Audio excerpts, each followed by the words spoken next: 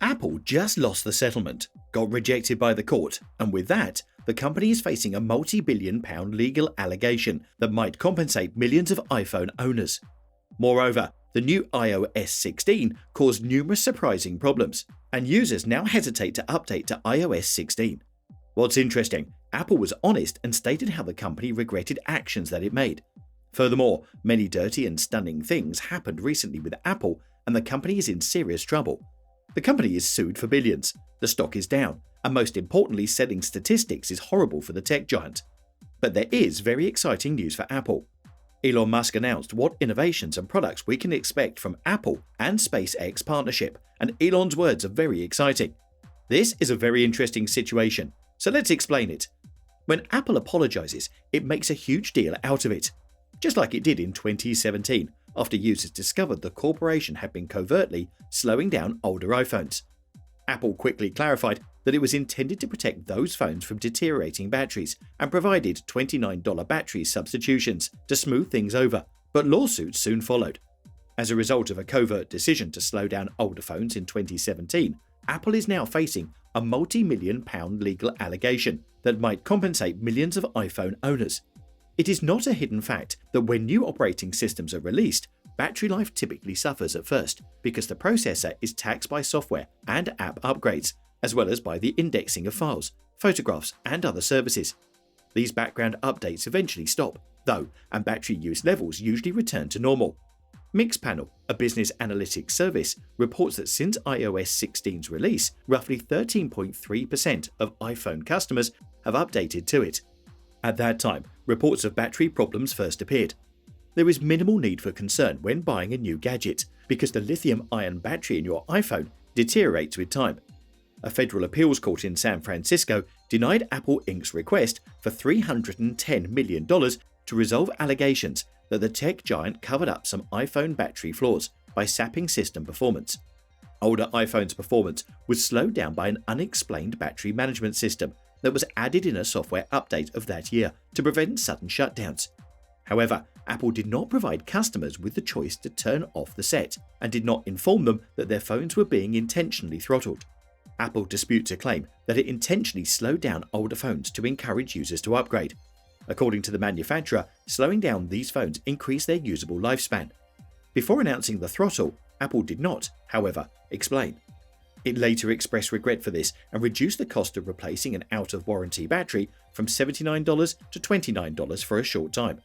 A consumer rights activist named Justin Gutman has filed a complaint with the Competition Appeals Tribunal against Apple about the ruling. If he prevails, the business may have to distribute more than £750 million in damages to the roughly 25 million customers who purchased one of the harmed phones. The iPhone 6, 6 Plus, 6S, 6S Plus, SE, 7, 7 Plus, 8, 8 Plus, and iPhone X devices are all mentioned in the allegation. Gutman contends that Apple's choice to limit the phones was made behind consumers' backs, conceding the fact that previous iPhone batteries couldn't keep up with the increased demands placed on them. According to him, Apple urged consumers to install the update, even though they knew it would degrade the functionality of their devices, rather than announce a battery recall or replacement program, or acknowledge that the most recent software version was inappropriate for older devices. The number of persons affected and the severity of the impact was discussed in the ensuing court hearings, but Apple ultimately made a settlement offer that the judge ultimately approved. However, 144 suit participants challenged that decision. They took issue with the court's decision to grant $80.6 million for legal fees, as well as service awards to the named plaintiffs. The Ninth Circuit of the US Court of Appeals overturned the lower court's decision. It didn't reject the settlement offer because it wasn't proper, though. However, a lower court judge took great care in assessing the contract, and the appeals court claimed that he used the incorrect legal criterion. In her opinion piece for the Ninth Circuit, Judge Jacqueline H. Nguyen stated that it is not necessary for the court to carefully consider the majority of the individual claims made by iPhone users who chose to opt out of the settlement and disagree with its terms. This is so because, according to Nguyen, Judge Edward J. de Villiers specifically said that he applied a presumption of fairness to the settlement. Judge Jacqueline H. Nguyen stated in her filing that the district court properly answered most of the arguments at issue on appeal.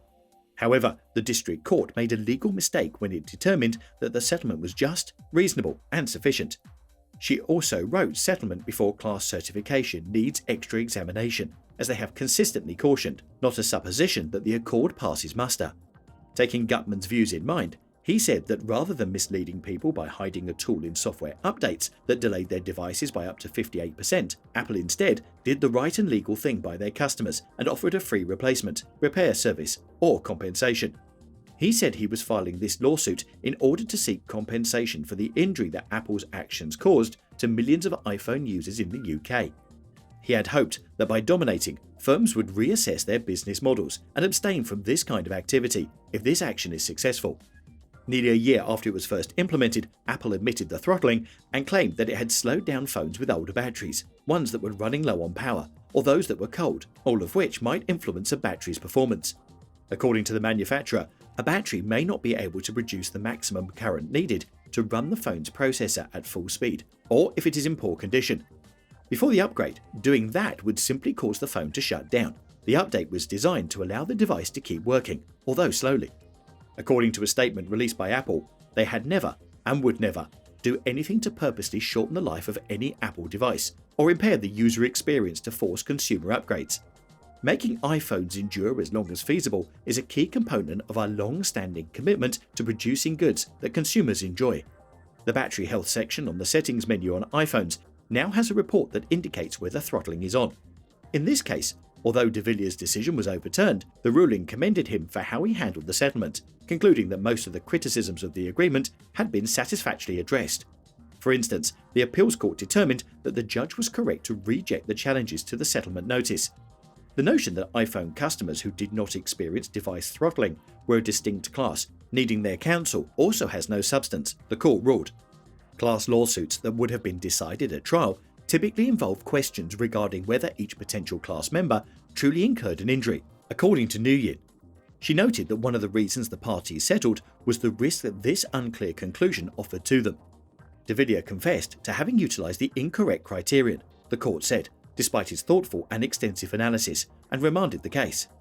The Apple Corporation was more specifically attacked because the most recent phone had issues just a few days after being purchased. Since its release, iOS 16 has encountered a number of issues.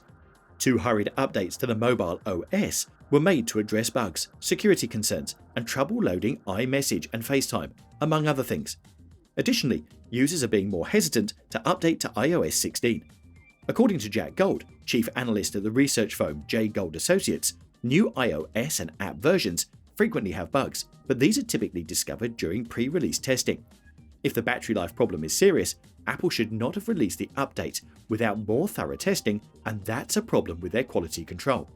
According to Gold, numerous factors can contribute to such problems when switching from one OS generation to another.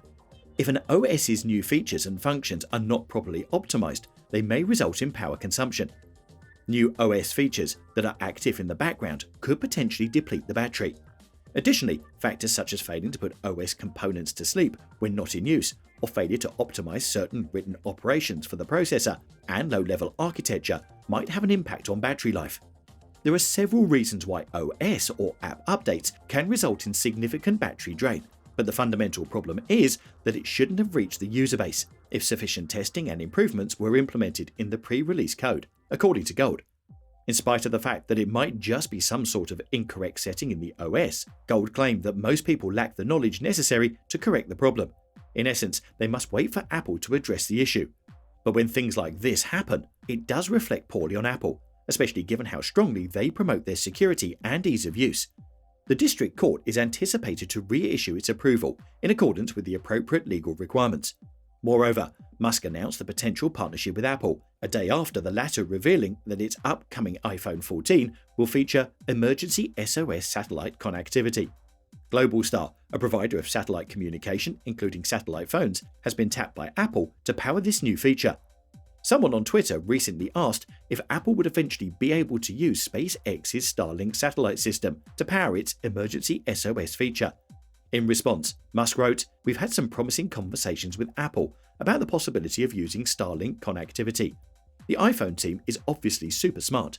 A partnership with Apple would provide iPhones not only emergency SOS service, but also through Starlink, it will be capable of having high-speed internet in areas where cellular data is unavailable. However, Musk said that designing the iPhone to effectively communicate with Starlink satellites presents a challenge.